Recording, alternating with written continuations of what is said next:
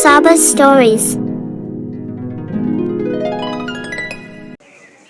Sinbad's Travels, Part 11, The River of Treasure.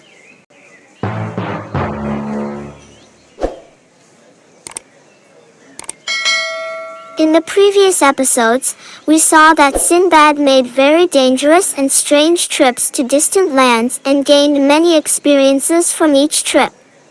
He was able to gain a lot of profit and wealth in every trip with his intelligence. He also helped all the needy.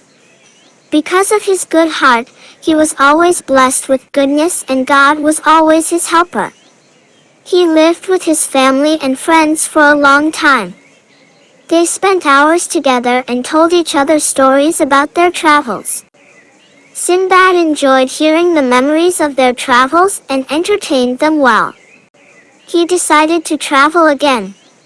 He bought many loads and went to Basra. He boarded a ship with a large number of experienced merchants as passengers.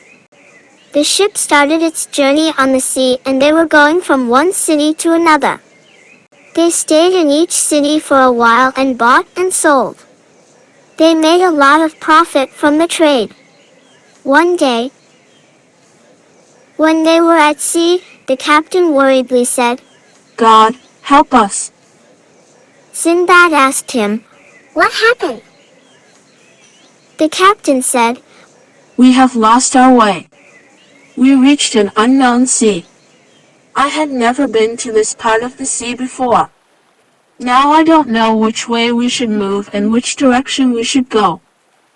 Only God should help us, otherwise we will all be destroyed."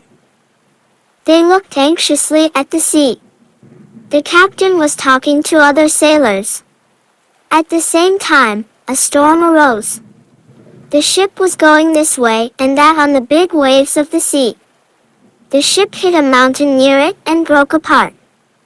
All passengers fell into the sea. They brought their swimmers to the shore and climbed that mountain. When the storm ended, they saw that many broken ships were dumped around the shore of that mountain. It was known that every ship that reached this part of the sea was broken up and sunk. Various items from previous ships were left on the beach. They were surprised to see all those devices. They set off to see different places on the island. In the middle of the mountains, they saw a spring coming out from under a mountain. The spring was clear blue. It flowed in the ground and went to another mountain. There were colorful shining stones in the water of that spring. He went closer and saw that all of them were valuable jewels. The ground of that spring was shining like the stars of the sky because of all the jewels. In another part of the island, there was an area full of fragrant plants. The plants had a good aroma that put people to sleep. Sinbad knew very well that in the markets of the world, people pay a lot of money for these aromatic plants and make perfume with them. But this island with so many jewels was in the middle of an angry and dangerous sea. That no one could survive from there. No one could take all these expensive things with them. Some time passed, together with the merchants, with the things left from the ship, they made things with which they could cook food and made a comfortable place to sleep. They made many different dishes with fruits and vegetables. The merchants were saying what was the purpose of coming to this sea. Each of them had many assets that they have lost. Sinbad said, "We should not be disappointed. Even in the most difficult situations, we must try to find a way." One day, when he was sitting next to that eye, he said to himself, "This spring is roaring and flowing like this. It boils from underground. It will definitely reach a settlement or another land. I have to build a boat with wood and throw it on this river. Ride it and get out of here."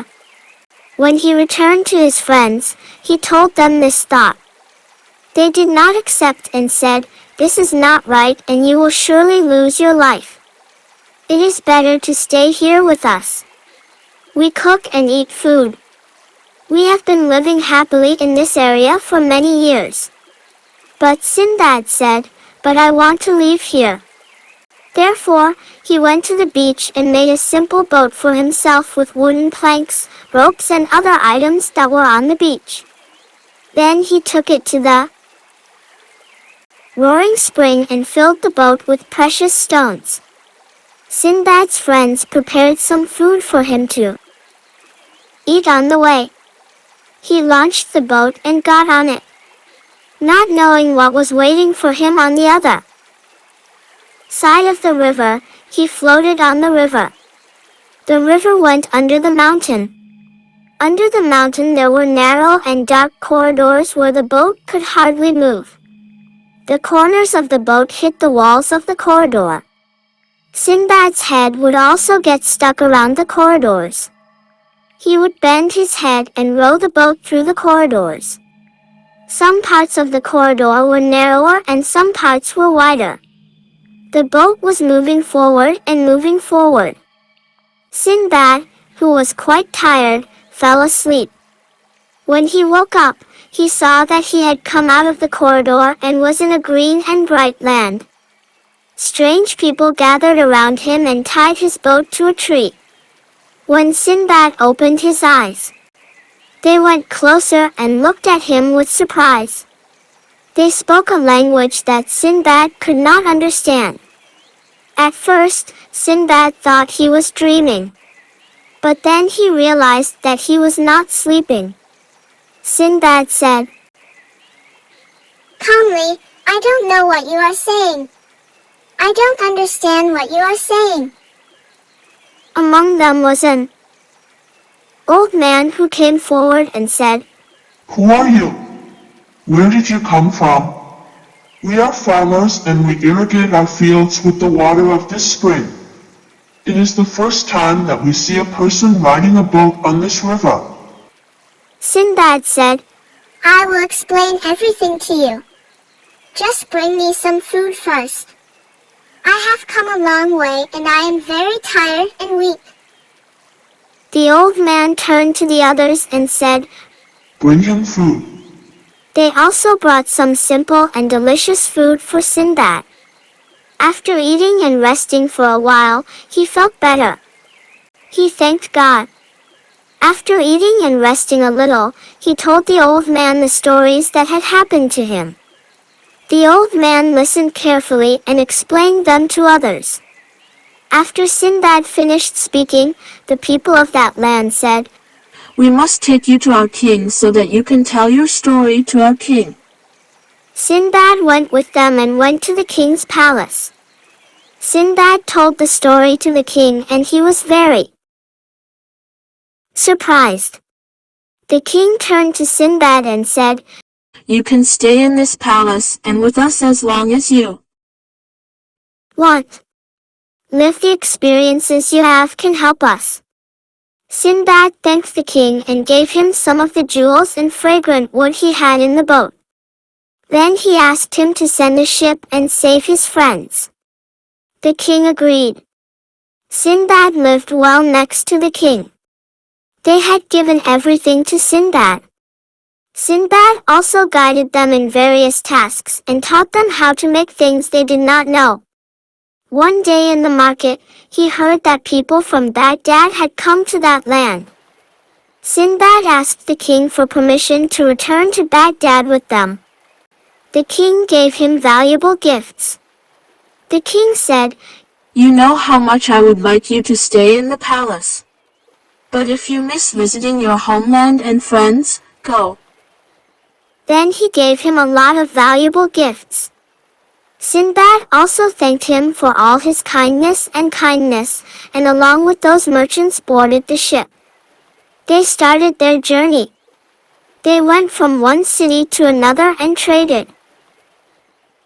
They crossed the seas and reached Basra. Sinbad went to Baghdad. When he reached the city of Baghdad, he rested there for a few days. He distributed the gifts and coins he had earned during his travels among the needy and the poor. After some time, the Caliph of Baghdad asked him to go to his palace. When Sinbad went there, the Caliph asked him about his travels. Sinbad also told him part of his travels.